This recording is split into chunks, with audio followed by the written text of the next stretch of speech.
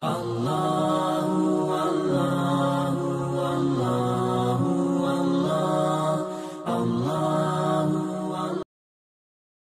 dirahmati Allah Subhanahu wa taala, yang lalu kita sudah membicarakan bagaimana Allah memberikan informasi, mengoreksi manusia tentang adanya anggapan bahwa Allah itu punya anak.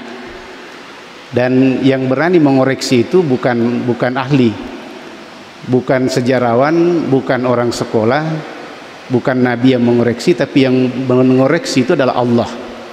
Karena Allah memang mengetahui bagaimana mengoreksi orang-orang Yahudi, mengoreksi orang-orang Nasrani, dan orang-orang kafir, orang-orang musyrik yang terdahulu memberitakan kepada kita, dikoreksi.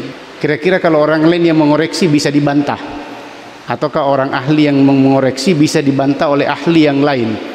Kalau ada ahli sejarah yang mengoreksi itu, bahwa dulu ada kelompok orang mendakwakan bahwa Allah itu punya anak, maka itu akan dikoreksi kembali oleh para ahli-ahli yang lain. Tapi yang mengoreksi ini adalah yang maha besar, yang maha tahu, yang maha berkehendak, yang maha mengerti, yang menciptakan segalanya. Dialah yang mengoreksi bahwa dulu ada kelompok manusia yang mendakwakan bahwa Allah itu punya anak. Dan ini tidak bisa dibantah, tidak bisa dibantah, tapi dibohongi, diingkari, hanya diingkari, tidak bisa dibantah. Kita sampai kepada ayat sekarang, Bapak Ibu sekalian. Wa qalatil yahudu Uzairun ibnullah wa qalatin nasara al-masih ibnullah dzalika qauluhum bi afwahihim yudahiuna qaulal ladzina kafaru min qabl qatalahumullahu anna yufakum.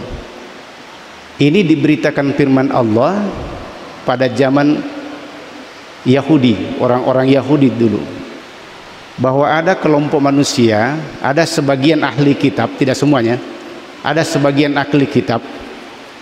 Wa qalatil yahudu adalah kelompok Yahudi itu, Uzairun ibnullah. Dia menganggap bahwa Uzair itu anak Allah. Dia menganggap bahwa Uzair itu adalah anak Allah. Kemudian berselang beberapa tahun, beberapa ratus kemudian, setelah Nabi Isa juga sekitar 3 abad kemudian meninggal, itu dikoreksi lagi oleh Allah Subhanahu wa taala. Wa qala an-nasara al-masih ibnullah. Orang-orang Nasrani pada saat itu juga menjadikan Isa al-Masih sebagai anak Allah. Zalika qauluhum bi afwahihim, begitulah kata mereka yang keluar dari mulut-mulut mereka, yudahiuna qaulal ladzina kafaru min qablu, sebagaimana mereka meniru perkataan orang-orang kafir terdahulu. Jadi dua yang dikoreksi Allah ini diberitakan kepada kita, memperjelas yang pertemuan lalu, bahwa sebagian kelompok Yahudi ini yang menyalahi ajaran tauhid dan ajaran orang Nasrani yang keluar dari ajaran tauhid itu menyatakan bahwa Yahudi Uzair itu anak Allah, dan Nasrani itu menyatakan adalah Isa al-Masih itu anak Allah. Jadi kalau ada yang mau membantah Al-Quran, tidak usah dibantah ustadznya, ya ini dibantah Al-Qurannya. Siapa yang berani membantah Al-Quran itu pasti tidak ada, ya, karena memang tidak bisa dibantah, karena dia adalah kebenaran mutlak yang datang dari Allah Subhanahu wa taala. Nah, mungkin yang dibantah kalau salah penafsiran, nah, itu yang dibantah. Tapi kalau informasinya itu benar. Jamaah sekalian dirahmati Allah Subhanahu wa taala, ayat ini surah At-Taubah ayat 30. Jadi nanti kita sebetulnya pulang membuka ayat ini dan mencocokkan apa yang saya sampaikan. Kalau salah saya nanti diberitahu ada kekeliruan Ustaz. Di surah At-Taubah 30 itu bukan begitu maksudnya. Ini dijelaskan bahwa orang Yahudi Nasrani itu mempunyai anak.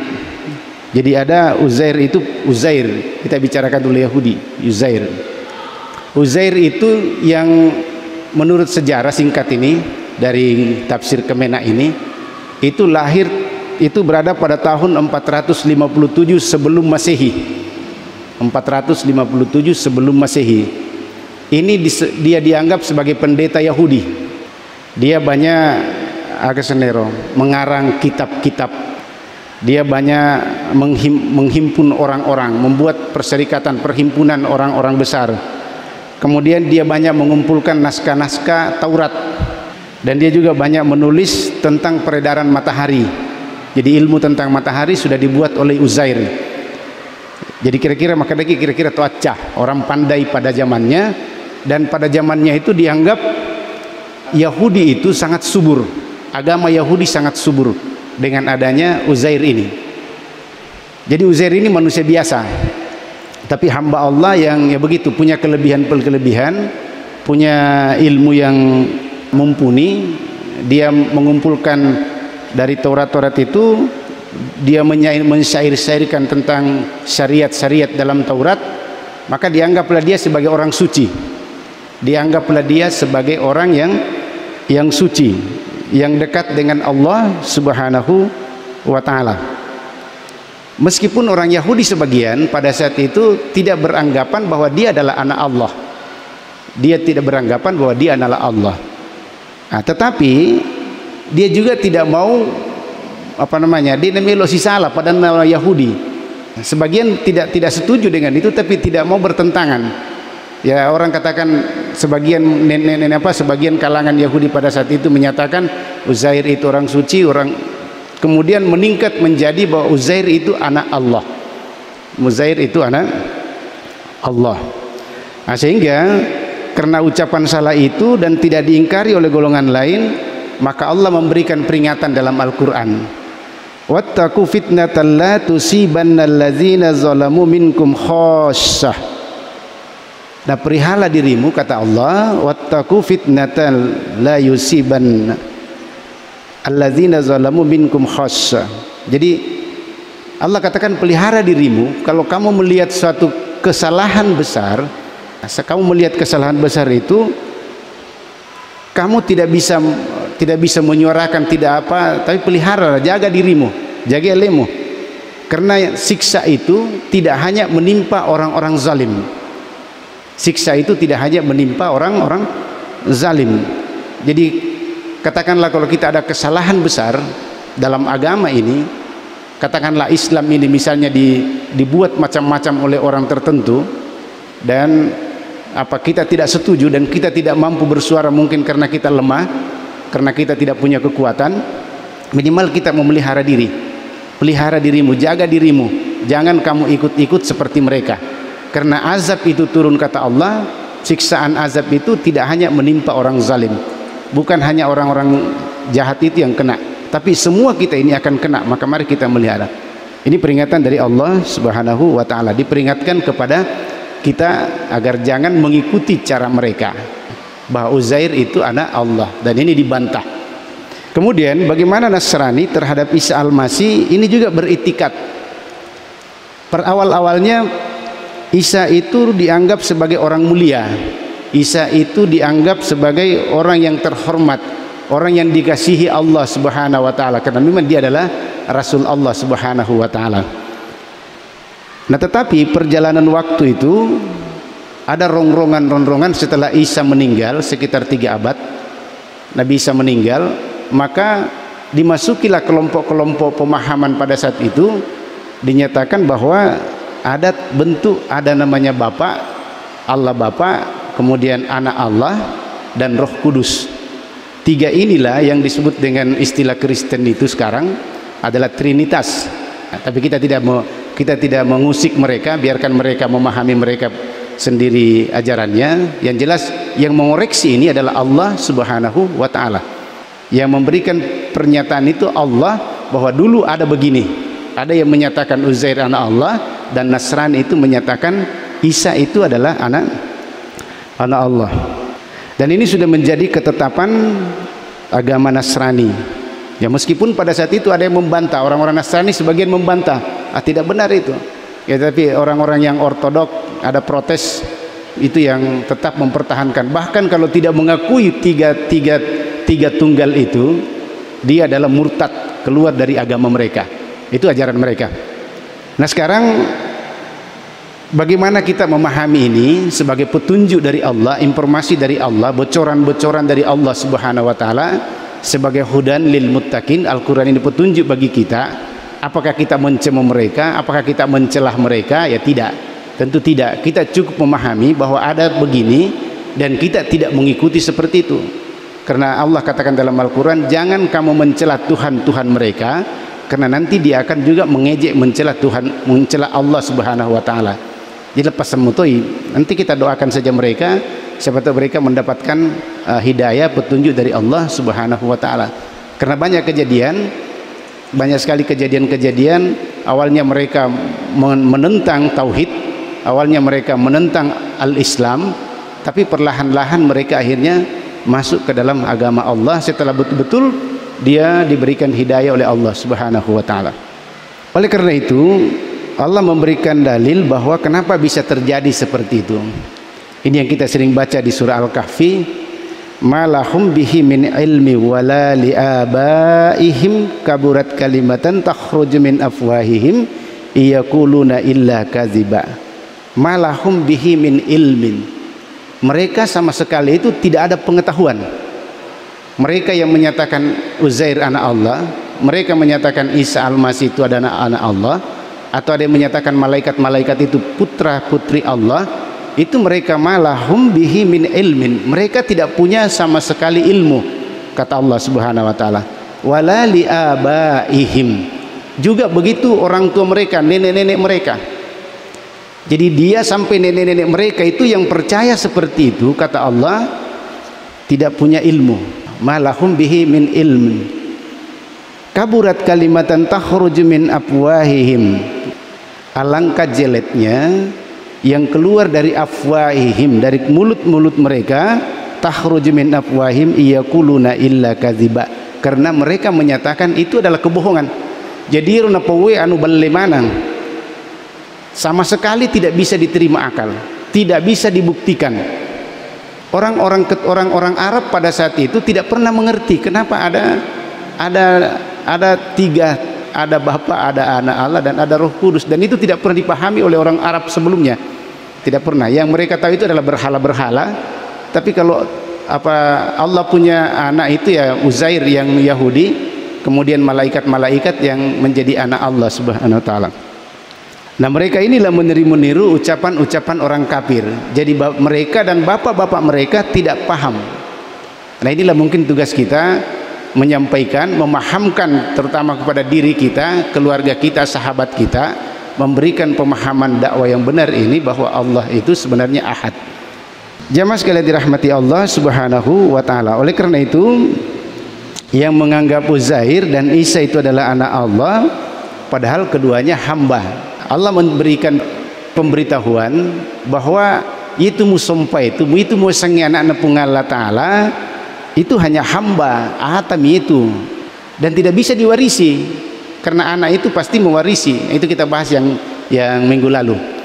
Sehingga Allah memberikan penjelasan bahwa waqalu tahadzar rahmanu waladan subhanahu bal ibadum mukramun. Jadi waqalu, mereka berkata, mereka yang percaya tadi ini bahwa Uzair itu anak Allah, Isa itu adalah anak Allah, ittakhazar rahmanu waladan, dia menyatakan Tuhan yang maha pengasih itu punya anak. Mereka berkata Tuhan punya anak. Maka Allah katakan subhanah, mapacing pun Allah Ta'ala dari sangkaan-sangkaan mereka, mapacing pun Allah Ta'ala poleiron napahami orang-orang seperti itu.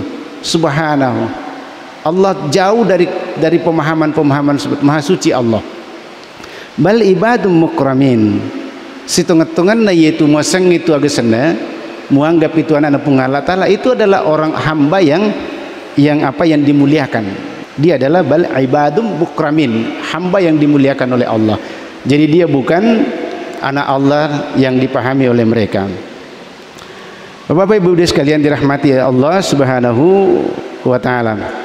Kemudian yang kemarin kita sampaikan juga bahwa Nabi Muhammad itu langsung memberikan pernyataan menurut informasi dari Allah Subhanahu wa Ta'ala bahwa yang pertama adalah kul in kana lirrahmani waladun. Katakan Muhammad.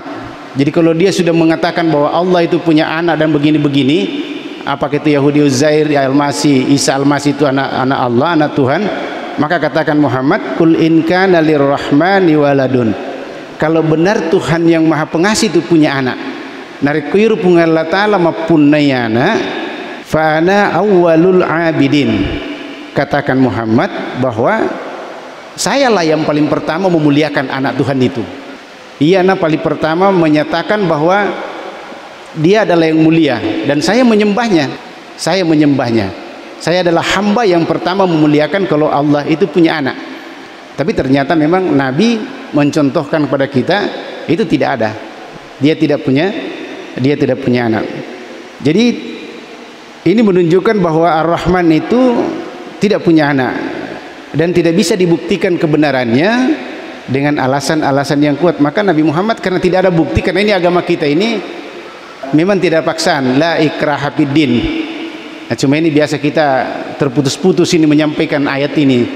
Menurut Gus Baha itu ada orang apa itu ustadz atau apa, maka demi la ikraha fiddin, tidak ada paksaan dalam agama. Tapi bukan begitu maknanya. Maknanya itu la ikraha fiddin kat tabayyana rusdu minal ghai. Digaga paksa dilalena agama sallangangi, agama na pun Allah Ta'ala, karena memang dia sudah benar.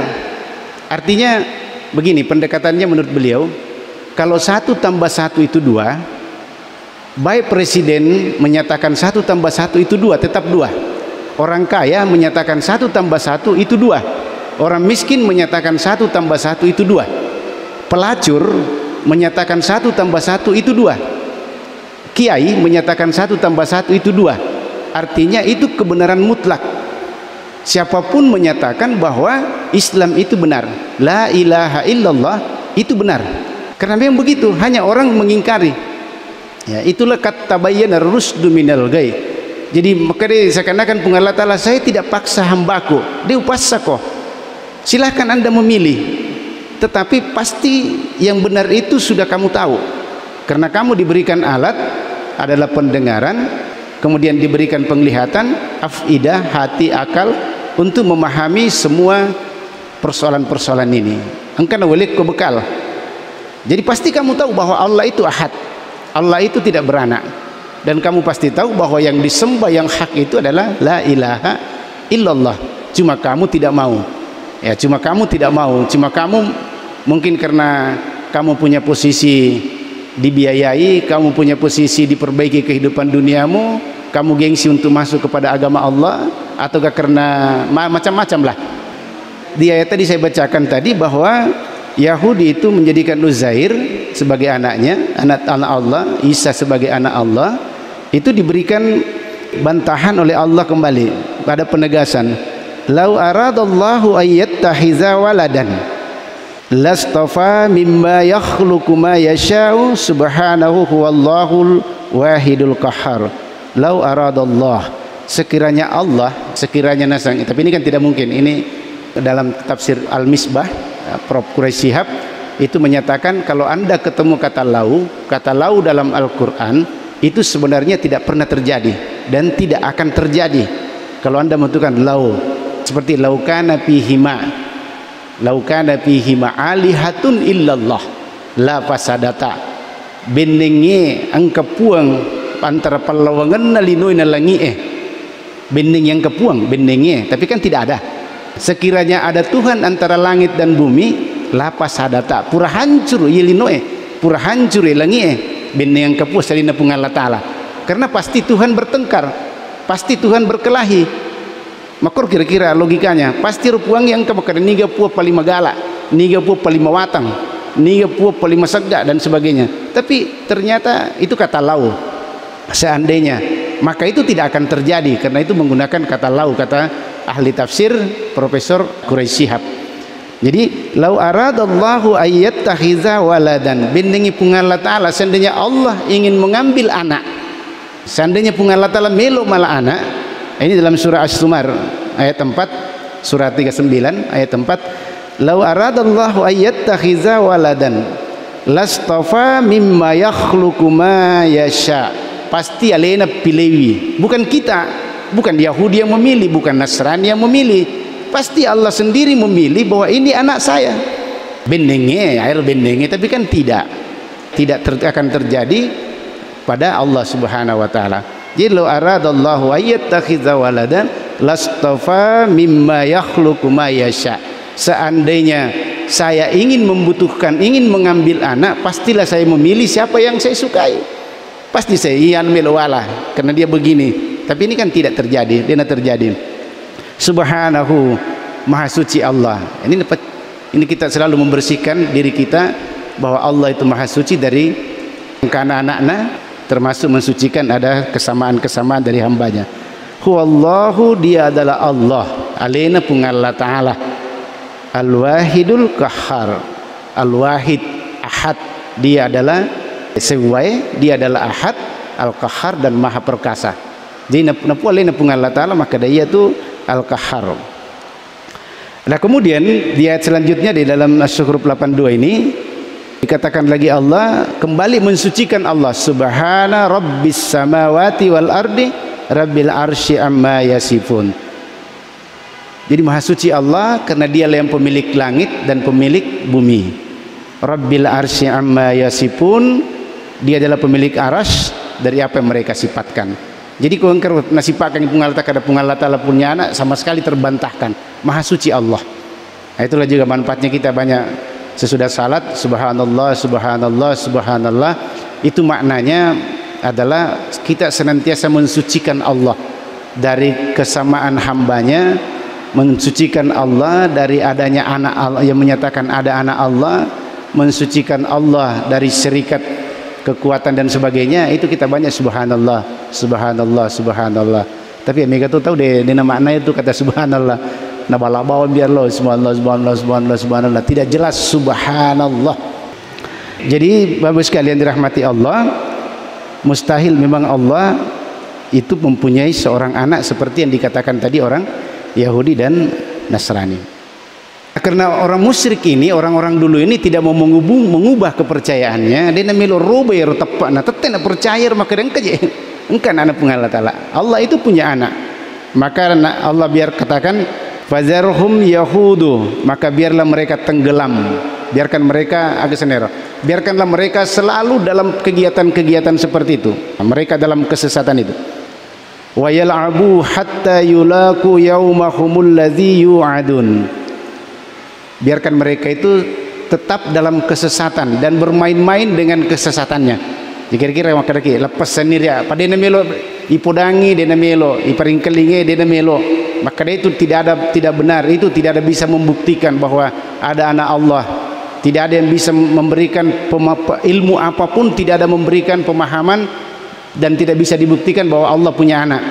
Tapi dia tidak mau, maka Allah katakan ya fazarhum yahudu wa yal'abu, biarkan mereka tenggelam dalam kesesatan dan mereka bermain-main hatta yulaku yaumahumul ladzi yu'adun, sampai dia menemui hari yang dijanjikan oleh Allah. Gangkan nama tiro, dia akan ketemu dengan Allah, dia akan berhadapan dengan Allah. Maka dia ternyata pada salah tuh enggak, ternyata saya ini betul-betul salah, Allah itu tidak punya anak, tapi kenapa saya menyatakan bahwa Allah itu punya anak? Biarkanlah mereka, kata Allah Subhanahu wa ta'ala. Makanya kita tidak usah terlalu berdebat dengan mereka, memperdebatkan, apalagi mau disiarkan berdebat antara ini, tidak usah. Karena tadi itu ayat kita dikatabayyana rusdu minal ghai, bahwa itu sudah jelas kebenaran Islam itu, kebenaran tauhid itu sudah jelas, tidak bisa lagi dibantah. Kemudian ayat selanjutnya jamaah sekalian dirahmati Allah Subhanahu wa taala, wa huwal ladzi fis samai ilahu wa fil ardi ilah wa huwal hakimul alim. Allah memperjelas kembali bahwa alaina tu Allah Ta'ala, wa huwal ladzi fis samai ilahun, alaina tu perisumpah rilangi alina tu wa fil ardi ilahun, alina tu linoi sumpah. Jadi tidak ada, mau di langit yang disembah itu Allah, mau di bumi itu yang disembah itu Allah, tidak ada sesembahan lain kecuali Allah. Wa huwal hakimul alim, dia maha bijaksana dan maha mengetahui. Jadi seandainya yang dianggap juga itu Lata, Uzza, Manat itu disembah oleh musyrik itu, ya ternyata itu benda mati, tidak bisa dipertuhankan. Begitu juga hal-hal lain yang diyakini bahwa sebagai putra Allah Subhanahu wa taala. Ini ada pernah kejadian diceritakan ini bahwa Isa itu pernah menangis ketika mendengar berita terbunuhnya seorang. Jadi putra Nabi Isa, sehingga dia katakan pada pengikutnya, tunjukkan kuburan di mana orang terbunuh itu. Ya, karena begitu dia senangnya sama sifat demikian ini kan tidak wajar. Masa seseorang yang dia yakini sebagai putra Allah bersedih, yang dia yakini sebagai putra Allah juga menangis? Kalau seandainya dia putra Allah pasti tidak begitu. Jadi yang dikatakan tadi bahwa yang Allah di langit itu adalah yang disembah, yang hak Allah, yang di bumi juga begitu. Kemudian wa tabarakalladzi lahu mulkus samawati wal ard wa ma bainahuma wa indahu ilmus saah wa ilaihi turjaun. Kembali Allah tabarak, maha suci kembali Allah. Alladzi lahul mulku, yang mempunyai, yang menguasai langit dan bumi dan di antara keduanya. Wa indahu ilmus saah, dan dia juga mengetahui hari pembalasan, hari kiamat. Wa ilaihi turjaun, nanti semuanya akan kembali kepada Allah. Jadi yang menyembah Allah akan kembali kepada Allah, yang menyatakan Allah itu punya anak juga akan kembali kepada Allah Subhanahu wa taala. Wala yamlikul ladzina yad'una min dunihi syafa'ata illa man syahida bil haqqi wa hum ya'lamun. Nah, sesembahan mereka itu tidak dapat memberi syafaat, tidak bisa memberikan pertolongan.